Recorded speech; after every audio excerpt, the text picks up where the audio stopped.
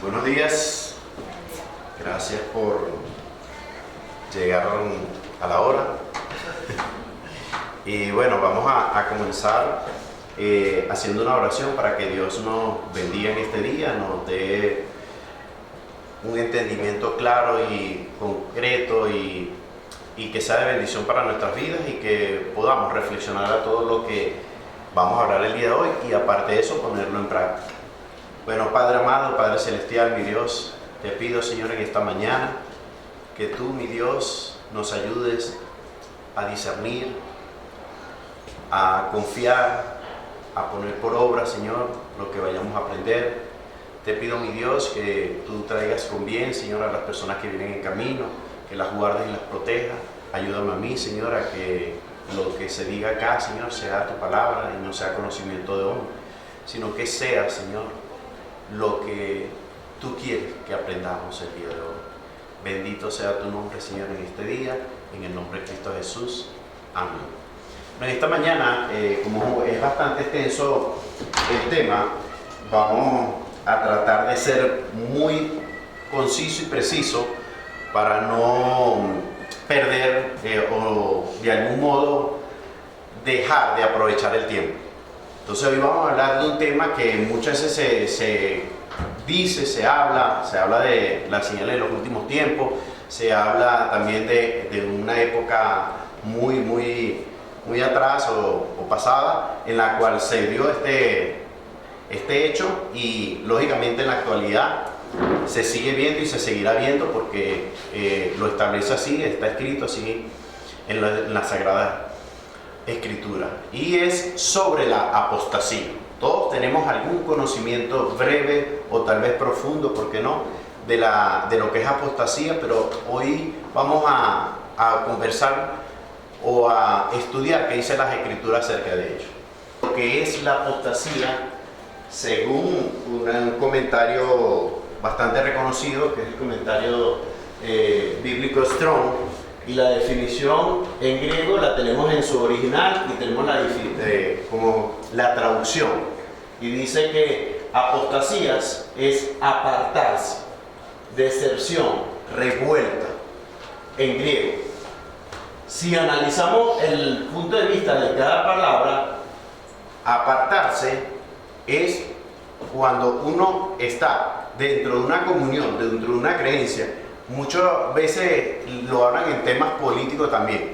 Cuando ya tú eres parte de una visión, una idea, hasta política, puede ser que en algún momento tú te separes de esa condición.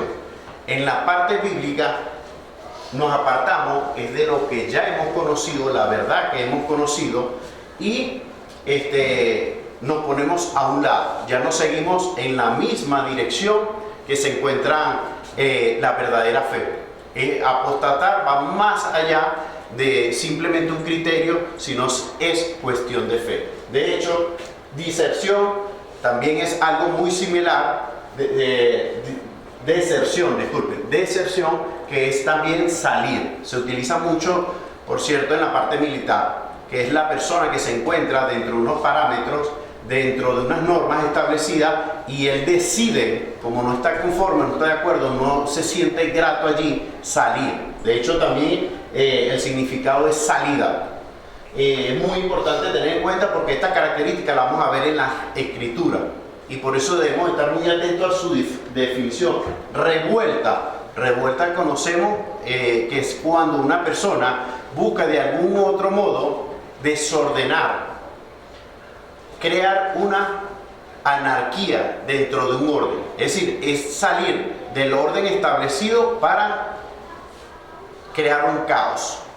Es una anormalidad. Eso es lo que en sí es una revuelta. Por eso es que también tiene que ver con la apostasía. El apóstata tiene esta condición. Busca generar un desequilibrio, un desorden.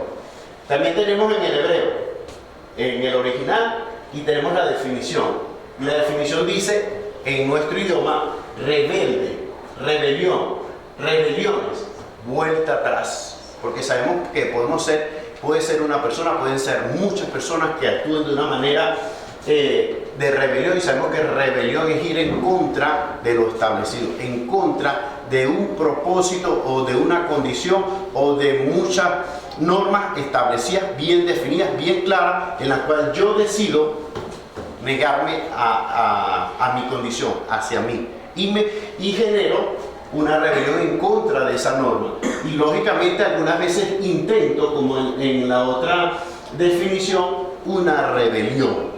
Y también, lógicamente, si yo me voy en contra de ella, lo más seguro es que me vuelva atrás. Es decir, ¿qué significa volverme atrás? Significa es volver a lo que yo siempre hacía.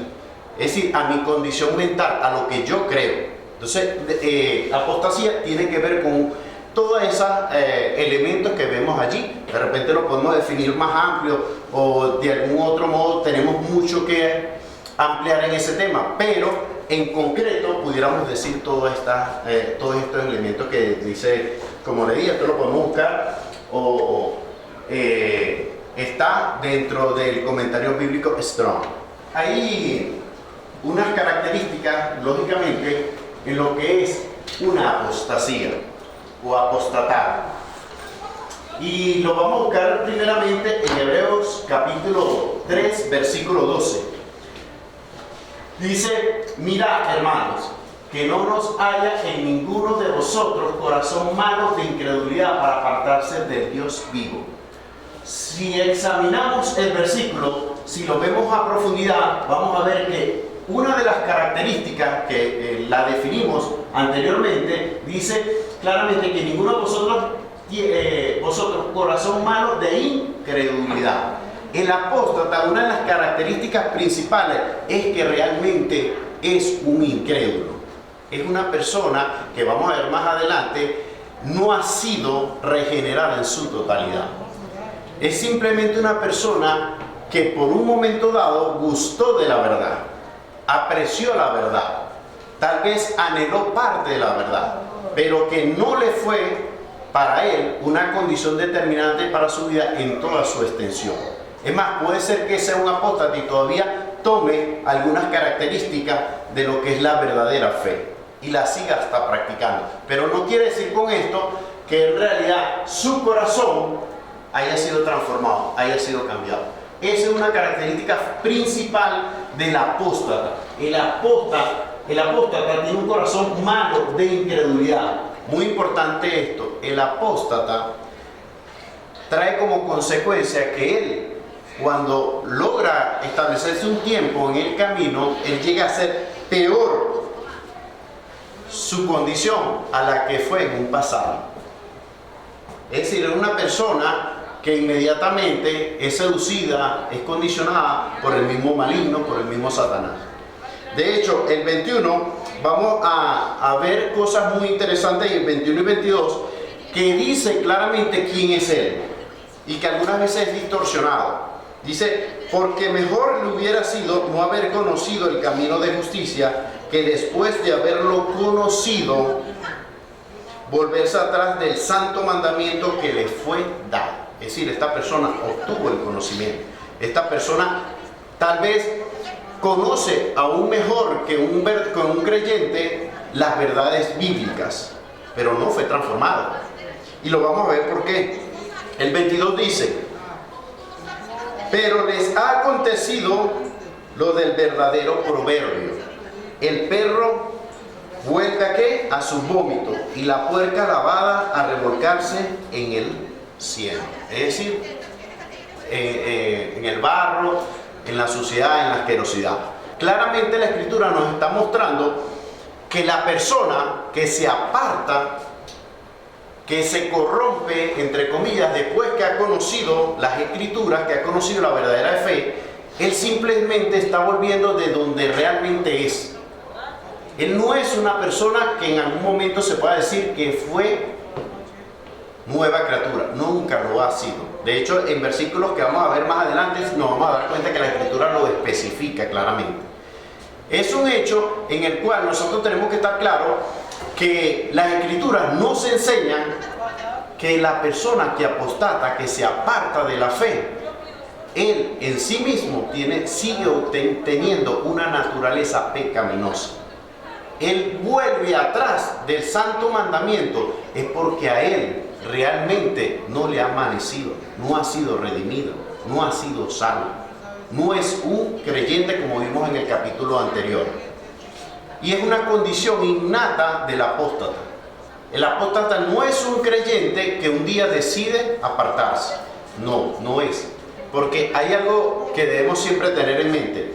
El verdadero creyente tiene una característica fundamental que le da Dios. Tiene un don que le da Dios. Y que se encuentra en Efesios capítulo 2, versículo 8. El apóstata tiene una característica también importante. Él cree ser justo y cree ser salvo por su propia justicia. De hecho, buscamos ahí en 1 Corintios capítulo 2, del 14 al 16, vamos a encontrar algo importante.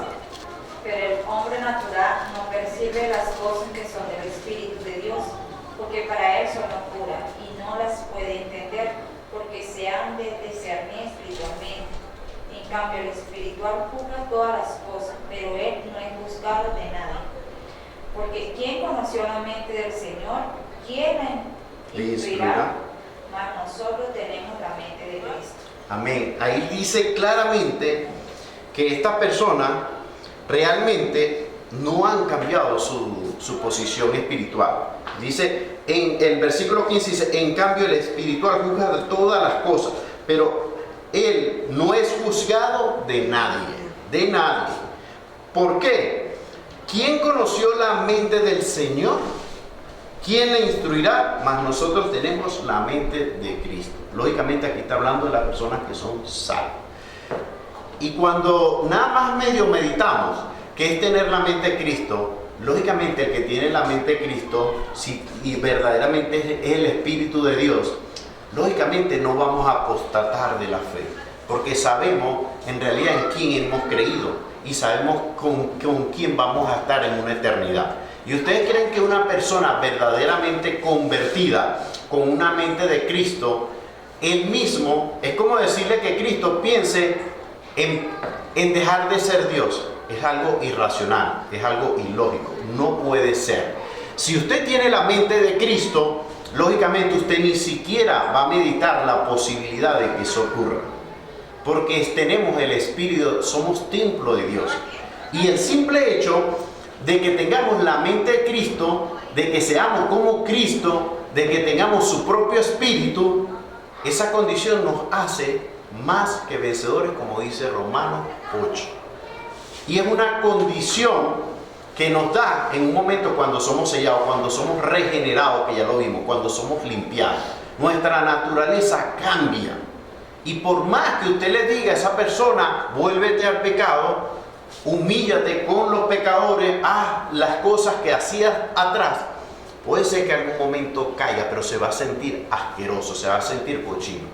No se va a sentir como el cerdo que hablamos anteriormente, o como el perro que va a vomitar y va a traer de nuevo su vómito. No, él no va a hacer eso. Se va a asquear, porque ya su condición mental, su espíritu ha cambiado. Y lógicamente él se va a sentir distinto, porque ya fue regenerado, fue cambiado, fue una persona que nació nuevamente. Ya no es ese animal que vimos en 2 de Pedro, que es la persona no regenerada. Por eso es la persona no regenerada, vuelve otra vez atrás. Mateo 7, capítulo 7, versículos 21 al 23 dice: no todo el que me dice Señor, Señor, entrará en el reino de los cielos, sino el que hace la voluntad de mi Padre que está en los cielos. Es decir, la voluntad del Padre se hace única y exclusivamente por medio del Espíritu Santo, porque Él es el que nos dice cuál es su voluntad. Es verdad, la Escritura nos dice también, pero el Espíritu Santo es el que nos da poder para poder estar dentro de su voluntad. Y dice el 22, muchos me dirán en aquel día, Señor, Señor, no profetizamos en tu nombre, y en tu nombre echamos fuera demonios, y en tu nombre hicimos muchos ¿qué? Milagros. Y entonces le declararé, ¿qué le declararé? Que algún momento estuvo con él. Dice claramente, nunca os conocí, apartados de mí, hacedores de maldad. ¿En qué momento vemos que nuestro Señor Jesucristo está diciendo, no, sí, lo que pasa es que Él fue mío, y fue que decidió apartarse. No, él no decidió apartarse porque en algún momento cambió su mente de Cristo. Dijo, me voy a quitar la de Cristo y me voy a poner la de Satanás. Habría que ser ilógico, irracional para hacer eso. Es más, es imposible. Bíblicamente hablando, es imposible. Esta condición la vemos en muchos en iglesia. Ellos dan señales, muestran prodigios, muestran cosas muy grandes acerca de quién es Dios. Y hacen unas obras que para cualquier persona, lógicamente, impactarían. Y cualquier persona seguiría este tipo de personas. De hecho, uno le habla de estos versículos a personas que han visto eso y de una vez dicen que uno está tocando y está humillando al ungido. Así le dicen a esas personas. Ese es el ungido de Dios. Mira todas las señales que Él está dando. Tenemos que tener cuidado con las señales. Las señales deben estar dentro de un contexto espiritual. Si esas señales no están dentro de un contexto espiritual, en realidad esa persona no ha sido regenerada, no ha sido cambiada, no ha sido... De hecho, el mismo Dios Jesús llegó y dijo, apartados de mí, hacedores de maldad. Nunca Él los conoció, nunca, nunca. En Gálatas, y busquémoslo, 6 del 7 y 8, el 7 nos dice la condición negativa y vamos a ver ahí en el 8 lo que realmente es. El que cega del Espíritu, cega vida eterna. Si verdaderamente somos cambiados, si verdaderamente tenemos el Espíritu de Dios, vamos ¿a qué? A cegar vida eterna. No puedes tú, el hombre natural, el hombre normal, común y correcto, cualquier hombre no puede burlar a Dios. Él no puede llegar hoy y decir, yo voy a meterme en una iglesia, yo voy a creer en una parte de la Escritura y voy a vivir mi vida después. O de repente no hacerlo intencionalmente en primer momento, tal vez él mismo se autoengañe, porque vamos a ver otra característica importante allí. Algunas veces lo hacemos intencionalmente para engañar a Dios, pero otras veces nuestro corazón nos engaña. Y eso es importante saberlo, porque hay personas que dicen, pero que yo te lo juro, yo creo en Dios, yo siento que voy a cambiar. Lo que pasa es que no puedo dejar de hacer esto o lo otro. La persona que dice que no puede y con eso intenta justificar lo que él vive, realmente le está diciendo a Dios que Dios no tiene el poder, de que Dios tal vez a él lo acepta como tal cuando eso es falso. El problema de él va más allá de su propia voluntad. El problema de él es interno. El problema de él está, y búsquenlo por favor, en Jeremías capítulo 17, versículos 9 y 10. Su problema está allí, porque su corazón sigue siendo el mismo. Engañoso es el corazón más que todas las cosas y perverso. ¿Quién lo conocerá? Yo, Jehová, escudriño la mente, que pruebo el corazón para dar a cada uno según su camino, según el fruto de sus obras. Vuelve otra vez con lo mismo que dice el nuevo pacto y el antiguo pacto. Dios le va a dar conforme a sus obras, porque sus obras son malas en realidad. Su corazón es más engañoso que todas las cosas. ¿Quién lo conocerá? ¿Qué dice la Escritura ahí claramente? ¿Quién lo conoce? Yo, Jehová. Él mismo dice, yo, Jehová, es el que conoce. Si el mismo Dios está diciendo que Él conoce tu corazón, el mío, mi mente, ¿cómo podemos nosotros pensar en algún momento en la condición de una persona que en algún momento aparenta ser cristiano, se congrega? Ya vimos en el capítulo 7 de Mateo, hace señales y prodigios, pero vemos que luego vuelve atrás, apostata de la fe. Y es porque su condición nunca cambió, su corazón sigue siendo el mismo. ¿Quién vio el corazón de él realmente? ¿Quién sabía que en una iglesia esa persona tarde o temprano iba a hacer lo que hizo? Solo Dios, porque Él conoce el corazón, la mente, las intenciones.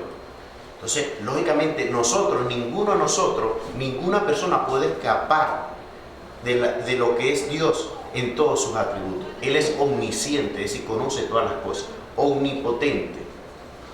Y Él es omnipresente, es decir, donde estemos, lo que tengamos en nuestro corazón y lo que podamos hacer dependen de Él. De esos tres atributos, sin contar otros, depende el que un verdadero creyente llegue a cumplir la meta que Dios le ha establecido. No depende en Él en realidad.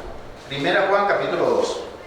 hijitos, ya es el último tiempo y según vosotros oíste que el anticristo viene. Así ahora ha surgido muchos, dice, anticristo. Por esto conocemos que es el último tiempo. Salieron de nosotros, pero no eran de nosotros. Algo muy importante, salieron de nosotros, pero no eran de nosotros. Pero salieron para que se manifestase que no todos son de nosotros, como lo dice ahí en rojo. No todos son de nosotros. El versículo 20 dice algo muy importante. Pero vosotros tenéis la unción y conocéis todas las... Es decir, que nosotros cuando somos llenos del Espíritu Santo tenemos estas condiciones. Y ustedes dirán, pero es que yo quiero conocer muchas cosas y no las sé. Poco a poco Dios le va a ir mostrando. Pero usted tiene al que lo sabe todo. Pero usted tiene que estar claro que en su iglesia o en cualquier parte del mundo donde se predique la sana doctrina, estas personas van a estar. Es una condición innata de todas las iglesias. Ahí van a llegar personas que van a ser disfrazados como ángel de luz. Estas palabras no les gustan a muchas personas, pero Dios conoce muy bien y sabe quién va a estar en ese sitio. Y ahí dice, han entrado cubiertamente los que desde antes habían sido destinados para esta condenación. Entonces, es decir, no hay ninguna condición que diga, que podamos decir, Dios fue burlado. Dios no se dio cuenta que esta persona era un falso, un mentiroso. Está plenamente en la Escritura, dice claramente que estas personas están identificadas, pero por Dios. Falta es que nosotros también, por medio del Espíritu Santo, también las identifiquemos. Hombres impíos que convierten en libertinaje la gracia de nuestro Dios y niegan al Dios, el único soberano, y a nuestro Señor Jesucristo. Sí hay una doctrina que dice que este tipo de personas simplemente fue que en algún momento se apartaron de la fe porque tenían una condición no regenerada totalmente. Es decir, estas personas creen en una regeneración parcial. Estas personas creen que Dios cambia a las personas por un rato, pero después dependen de ellos. O que Dios no completó su salvación como tal, sino que es un proceso en el cual tú te la ganas en el camino. Pero es que tú no te la ganas en el camino. El que primero y principal la ganó fue Cristo. No te la ganas tú por obra de justicia. La ganó Cristo en la cruz del Calvario. No es una condición que, y usted me dirá, entonces no hay que hacer nada, hay que vivir en pecado. No, no es que hay que vivir en pecado, sino que el Espíritu de Dios que mora en ti va a hacer que ese cambio se vaya perfeccionando en el tiempo. Porque el que mora en ti es mayor que tú y conoce todas las cosas. Él discierne los corazones. Entonces, cuando conocemos el poder de Dios, los atributos de Dios, nos damos cuenta que, si es verdad, yo no puedo decirle a Dios que yo no puedo cambiar. Yo no le puedo decir a Dios que dentro de unos días posiblemente me voy a apartar. Y ustedes dirán, entonces, ¿disfruto mi momento? No, sea más diligente, que eso demuestra quién realmente es usted en Cristo. Y para que notemos algo, vamos a ver unas características de personas que dieron señales aparentemente de que eran hijos de Dios, pero para que, como Dios es tan sabio y como quería que nosotros entendiéramos todas estas cosas, Él mostró anticipadamente quién iba a ser esa persona. Y vamos a buscar el Evangelio de Juan, capítulo 6, una persona clave que mostró muchas condiciones muy bonitas, muy importantes, que cualquiera pudiera haber sido engañado, y seguramente engañó a muchos. De hecho, las Escrituras dicen que engañó a los discípulos, pero no engañó a Cristo. Jesús le respondió, ¿no he escogido yo a vosotros los 12 y uno de vosotros es el diablo? Hablaba de Judas Iscariote, hijo de Simón, porque este era el que le iba a entregar y era uno de los 12. Acá todavía no lo había entregado. Estamos hablando de que Dios estaba anticipando un hecho. Y si ustedes siguen leyendo todos los capítulos de Juan, se van a encontrar que sigue caminando con él. Es más, como tal, todos conocemos que Judas fue un ¿qué? Un apóstol. ¿Escogido por quién? Todo tiene un propósito y lo vamos a ver aquí en la Sagrada Escritura. Si usted cree que por el hecho de que Dios lo esté usando, Dios se va a dar cuenta que usted es un apóstata o que usted realmente no es redimido, le aseguro que usted se va a encontrar con una realidad que se va a dar cuenta que todo tiene un propósito divino. Hasta los mismos malos dentro de las iglesias tienen un propósito. Suena feo, pero así es. Y le trae el ejemplo de Judas, porque Judas, el mismo Jesús, dice claramente que fue un propósito de él. Él sabía que lo iba a entregar. Él sabía que era una persona, como dice aquí, hijo de quién, que era uno de los de vosotros, es el diablo, dice. ¿Y por qué Jesús anduvo con una persona como esta? Porque es un propósito de él. Mire, algunas veces nosotros pensamos y meditamos y pensamos que la maldad sorprende a Dios, que Adán y Eva pecaron y sorprendieron a Dios. Algunos piensan que toda persona que hace un daño y que se aparta de Dios no lo sabía, lo sorprendió. Dios conoce todas las cosas, Dios sabe hasta la hora y el día y hasta cuántos cabellos tenemos los que tienen. Pero nosotros no podemos decir de que vamos a hablar acá, de que vamos a sorprender a Dios. Todo es una planificación, es un orden de Dios. Si es verdad, hay algunas cosas que nosotros tenemos, en que tenemos libre albedrío, nosotros tenemos libre albedrío. Pero el libre albedrío no debe estar por encima de la soberanía de Dios. Lástima que no tenemos tiempo para hablar de la soberanía de Dios. Pero soberanía de Dios quiere decir que Él hace con su creación lo que Él quiere. Porque Él dice claramente, cuando estaban con ellos en el mundo, yo los guardaba en tu nombre. En tu nombre los guardaba, los protegía. Y a lo que me diste, yo los guardé, los protegí.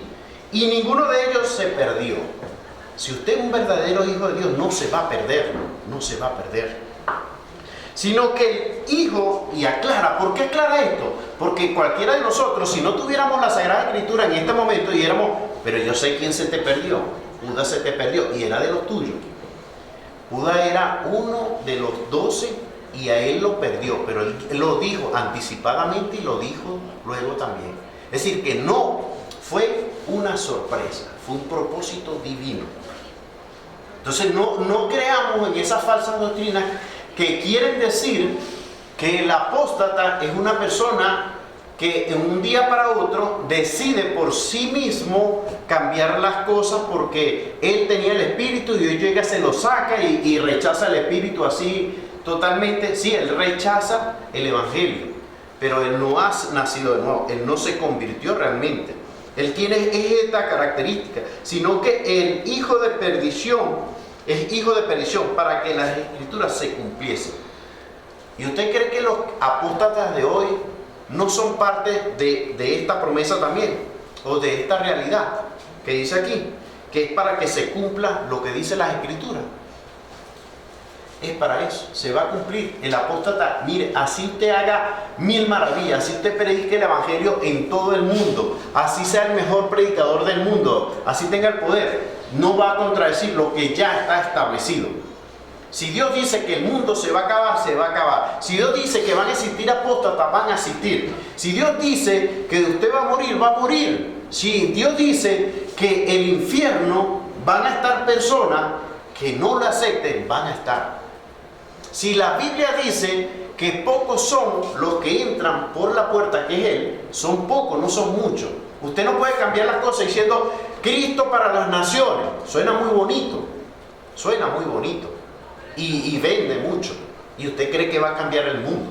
Pero en realidad es que ni todos los que están dentro de su iglesia, ni todos pueden estar en el reino de los cielos. Y no porque Cristo no tenga el poder para hacerlo, no, es porque Él ya lo estableció así.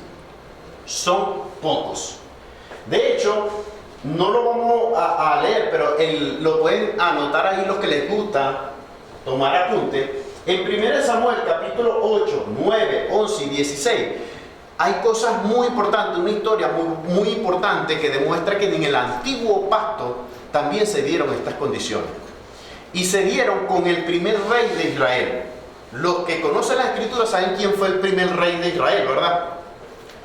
Y fue un rey que se llamaba Saúl. El que quiera, anótelo y después lo lee y le va a parecer muy interesante y le va a aclarar aún más el panorama. En 1 Samuel capítulo 8 dice claramente que el pueblo de Israel, el pueblo escogido por Dios, por querer parecerse al mundo, quiso que le dieran un rey, porque todos los demás tenían rey. Y ellos en ese momento no tenían rey, tenían jueces, tenían un sacerdote, en este caso era Samuel. Y ellos obligaron a Samuel, de alguna u otra manera, a que le diera un rey. ¿Por qué? Querían cambiar las normas que Dios había establecido. ¿Qué quiere decir eso? Si venimos bien con nuestra enseñanza, que ellos inmediatamente ahí volvieron a hacer, se separaron, dejaron, apostataron de lo que Dios había establecido. Porque ellos tenían las escrituras muy claras. Ellos realmente las conocían a profundidad. ¿Y qué le dijeron a Samuel? Queremos un rey. Esto lógicamente a Dios le generó mucha molestia, indignación. Cuando usted quiera cambiar el orden de Dios, acuérdese que a Dios no le va a agradar. Porque usted tal vez diga, yo soy así, yo quiero ser así. Bueno, usted cuando dice eso, usted le está diciendo a Dios, no quiero tus leyes, no quiero nada de ti. Y de hecho en ese mismo capítulo 8 le dice claramente que Dios le dice a Samuel, dale lo que ellos quieren. ¿Y por qué le da lo que ellos quieren? Porque ellos tenían que recibir lo que se merecían de sus obras. Ellos buscaron anhelar algo del cual no se le era permitido y poner hacia ellos mismos sus propias leyes. Dios dijo, bueno, vamos a dárselas. Vamos a darle un rey, le dice a Samuel. Para Samuel tuvo que haber sido un poquito complicado entender esto. Pero ¿por qué le vas a dar algo que no está bien? ¿Por qué vas a cambiar lo que tú estableciste? No, él no quiso cambiar. Él simplemente dejó que la persona obrara como él quería. Pero la dejó para darle una lección. Porque le iba a dar disciplina. De hecho, le dice anticipadamente, escuchen esto que es importante en esos capítulos. Le dice anticipadamente que ese rey va a ser muy malo. Le dice anticipadamente. Y Samuel les dice a ellos que el rey que van a obtener va a ser muy malo. Contra su familia, contra mujeres y niños, le dice ahí en ese capítulo 8. Todavía con eso, Dios mostrándole que va a ser negativo, ellos lamentablemente ¿qué hacen? Mantienen su posición y queremos un rey. Fueron tercos. No quisieron ver la luz del Evangelio, no quisieron ver a Dios vivo diciéndole apártate de ahí. Y lamentablemente continuaron conociendo que les iba a ir muy mal. Después viene el capítulo 9 y le da su rey. Y su rey, bueno, pues hace y deshace. Realmente hay algo muy importante en estos capítulos. Y me voy a adelantar un poco por el tiempo. Pero en el capítulo 16, ese sí nada más vamos a leer ese capítulo 16. Porque ahí hay un hecho muy interesante. Muy interesante porque nos permiten ver algo que comúnmente las personas creen que no es posible. Y vamos a ir a ver en ese capítulo que sí se puede. 1 Samuel, versículo 16. El capítulo 16, versículo 14, disculpen. Capítulo 16, versículo 14. El espíritu de Jehová se apartó de Saúl y le atormentaba un espíritu malo de parte de Jehová. Es decir, Saúl tuvo el espíritu de Dios, porque para ser rey de Israel, lógicamente, Dios era el que lo establecía. Pero Saúl tuvo el espíritu de Jehová, pero qué extraño, tuvo el espíritu de Jehová, pero el mismo Jehová que da el espíritu de él, también le dio un espíritu, ¿qué? Malo. Entonces vemos otra condición aquí muy parecida a la de Judas.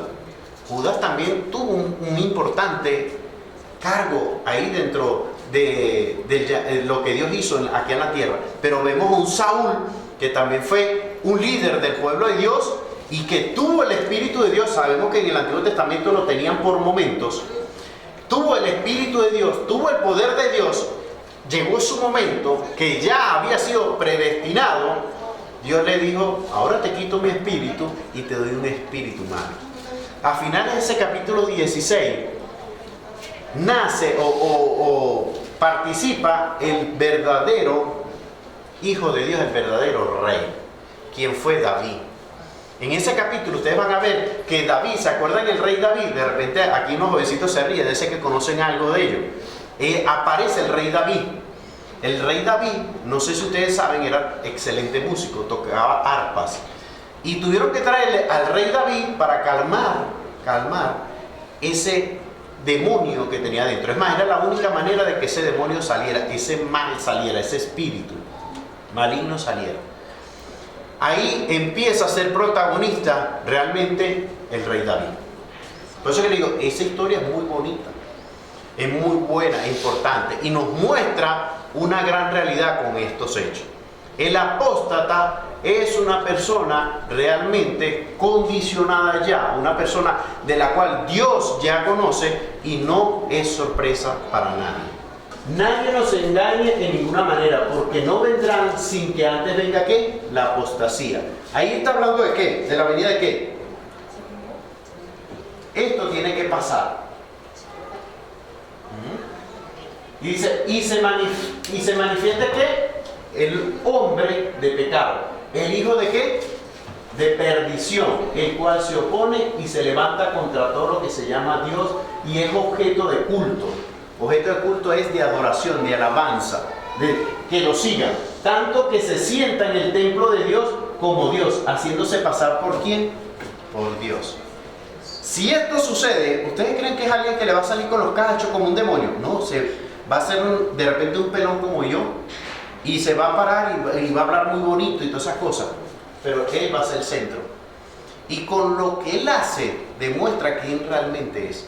Porque él va a generar en ustedes, en cualquier persona, que lo idolatren a él, que él sea el centro de atracción. De hecho, si ustedes ven el versículo 1 de ese mismo capítulo 2 que dice: pero con respecto a la venida de nuestro Señor Jesucristo y nuestra reunión con él, es decir, la unión con él, os rogamos, hermanos, que no nos dejéis mover fácilmente de nuestro modo de pensar. Es decir, ustedes ya tienen una condición clara, ya ustedes deben saber qué es lo que, ustedes no deben ser movidos para otros sitios que Dios no quiera. Él mismo está diciendo: hey, va a venir Cristo, no te dejes mover fácilmente. Ni os conturbéis ni por espíritu, ni por palabra, ni por carta, ni como si fuera, por carta como si fuera nuestra, en el sentido de que el día del Señor está cerca. Es decir, que la apostasía la tenemos muy cerca, pero también siempre ha estado con nosotros. Pero eso también, la gran apostasía, es decir, cuando hablamos de este tipo de apostasía, hablamos de una apostasía que va a ser muy, muy clara y evidente en el mundo. Pero solamente los que tengan el Espíritu de Dios, solamente los que sean diligentes buscando las Sagradas Escrituras, van a reconocer quién es el hijo de perdición, quién es el hijo del diablo, quiénes atentan contra la gloria de Dios. Y ya se dieron cuenta que un apóstata sigue manteniendo su naturaleza. Él sigue siendo malo porque nunca dejó de serlo. Él nunca fue regenerado, él nunca nació de nuevo. Él, hasta las Escrituras dicen claramente que él iba a estar. No es un hecho que nosotros podamos impedir. El apóstata va a venir porque va a venir y está ya. Y van a seguir naciendo apóstatas. Y todo tiene una razón de ser. Es un plan divino, es algo del que nosotros, la iglesia verdadera, no va a escapar. Siempre se van a sentar allí personas que después de haber conocido las Escrituras van a renegar de Dios, se van a separar de Dios. Profundicemos más en todo este tipo de cosas, en todas las señales. Y si Dios permite, de repente la próxima semana, avanzar un poco más en lo que es la apostasía de los últimos tiempos, como tal. Porque aunque lo hablamos muy básicamente, fueron los principios básicos, de lo que él es, el apóstata. Pero cómo va a actuar en los últimos tiempos no lo profundizamos. Entonces vamos a ponerlo de pie, vamos a orar, vamos a pedirle a nuestro Señor que podamos estudiar más las Escrituras y afianzar más nuestra fe y poder distinguir entre lo bueno y lo malo, y algunas veces no actuar como un apóstata, porque sí podemos actuar como un apóstata, aunque conocemos que tenemos un Dios grande y poderoso que nos va a traer de nuevo, pero pudiéramos apostatar de la fe. Padre amado, Padre celestial, mi Dios, te agradecemos por los hermanos, Señor, que han venido el día de hoy, por las personas que nos visitan, por tu palabra, Señor, que nos muestra, Padre Santo, realmente quiénes somos ante ti. Perdónanos, mi Dios, las veces que hemos actuado de una manera apartada, Señor, de tu Sagrada Escritura, que hemos actuado de una manera incorrecta, que hemos pisoteado, Señor, tu nombre, Señor. Pero ten misericordia de nosotros, Padre. Ayúdanos, mi Dios, para que muy pronto, Señor, podamos, Padre Santo, estar a tu lado, allá en el reino de los cielos, Señor, disfrutando, Señor, de la salvación que solo tú puedes dar. Señor, no es por justicia humana, no es por mis obras, sino por la obra que ya tú hiciste en la cruz del Calvario. Tú fuiste el que moriste por mí, tú fuiste el que resucitaste, tú fuiste el que cumpliste la obra, pero tú también eres el que nos vas a perfeccionar, tú eres el que nos vas a enseñar, tú eres el que ha establecido para el hombre el camino, tú eres el camino, mi Dios. Gracias, Padre Santo, porque tu perfección nos va a ayudar a llegar a ese sitio del que tú has establecido para tu gloria y tu honra. Bendito sea tu nombre, Señor, en este día. Gracias, Padre Santo, por todo lo que nos has enseñado, y lo vas a seguir haciendo hasta que decidas, Señor, llevarnos al reino de los cielos. Padre, ahora sigue bendiciendo la reunión, sigue bendiciendo el culto, sigue bendiciendo la adoración, sigue bendiciendo todas las cosas que se realizan en tu iglesia. En el nombre de Cristo Jesús. Amén.